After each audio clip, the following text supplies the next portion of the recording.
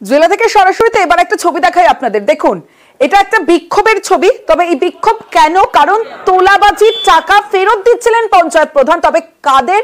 1200 জনের থেকে তিনি তোলাবাজির টাকা তোলাবাজি করেছেন 1200 জনের কাছ থেকে। কিন্তু যে লাইন আপনারা দেখছেন সেই টাকা ফেরত দেওয়ার লাইন, তবে সেটা 200 জনকে। বাকি যারা টাকা পাননি তারাই এই বিক্ষোভ দেখাচ্ছেন রাস্তায় বসে। যে ছবি আপনারা দেখছেন, রাস্তায় গাছের গুড়ি ফেলে বিক্ষোভ, তোলাবাজির টাকা ফেরত পঞ্চায়েত প্রধানের। ইসলামপুরের কমলাগাঁও সুজালি গ্রাম পঞ্চায়েতের ঘটনা।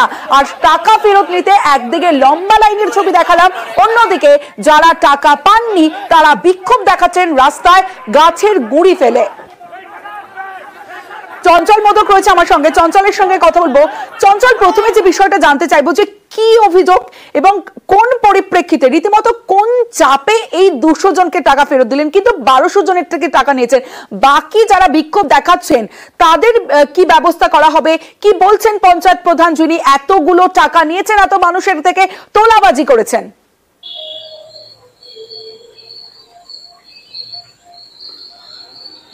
দেখো তমশ্রী, তোমাকে জানিয়ে রাখি যে 2022 সালে যে প্রধানমন্ত্রী আবাস যোজনা প্রকল্প, সেই প্রধানমন্ত্রী আবাস যোজনা প্রকল্পের মাধ্যমে বাড়ি পাইয়ে দেওয়ার নাম করে কমলাগাঁও সুজালি গ্রাম পঞ্চায়েতে প্রায় 1200 প্রাপকের কাছ থেকে প্রায় 10,500 টাকা করে তোলাবাজি করেছেন প্রধান এবং প্রধানের যে স্বামী প্রাক্তন অঞ্চল সভাপতি আব্দুল হক।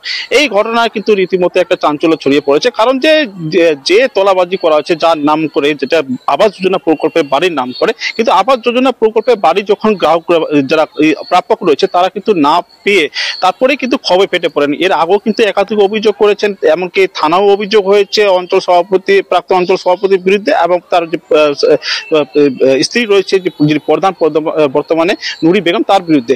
এরপরে কিন্তু গত সেপ্টেম্বর মাসে যদি দেখা যায়, সেপ্টেম্বর মাসের 7 তারিখে কিন্তু এই প্রধান যিনি রয়েছেন কমলাগাঁও সুজালি গ্রাম পঞ্চায়েতে, প্রধানকে কিন্তু দল থেকে বহিষ্কার করে তৃণমূলের যে ব্লক সভাপতি রয়েছেন জাকির হোসেন। এরপরে কিন্তু বহিষ্কার হওয়ার পরে আজকে দেখা গেছে যে প্রাপকরা রয়েছে, প্রধান নিজে উপস্থিত থেকে এবং পঞ্চায়েতে বিশাল পুলিশ বাহিনীর মোতায়েনের উপস্থিতিতে প্রধান সেই প্রাপকদের হাতে 10,500 টাকা করে ফেরত দিয়েছেন। প্রায় 200 জন প্রাপকের হাতে ফেরত দিয়েছেন এই টাকা।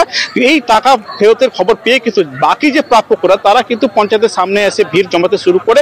যখন তারা টাকা পাননি তারা কিন্তু তারপরে টাকা পাওয়ার দাবিতে এবং টাকা ফেরতের দাবিতে সেই রাস্তায় গুড়ি ফেলে বিক্ষোভ দেখাতে শুরু করে। এই ঘটনা নিয়ে কিন্তু এলাকায় ব্যাপক উত্তেজনা ছড়িয়ে পরে খবর পেয়ে ঘটনাস্থলে পুলিশ গিয়ে পরিস্থিতি নিয়ন্ত্রণে আনে। তবে এই ঘটনার যে একটা অভিযোগ যেটা থানায় হয়েছিল, দুর্নীতির বিরুদ্ধে অভিযোগ, এই ঘটনার পর থেকেই কিন্তু এলাকায় যে প্রাক্তন অঞ্চল সভাপতি আব্দুল হক কিন্তু ফেরার রয়েছে, তার খোঁজ কিন্তু রীতিমতো শুরু করেছে ইসলামপুর থানার পুলিশ।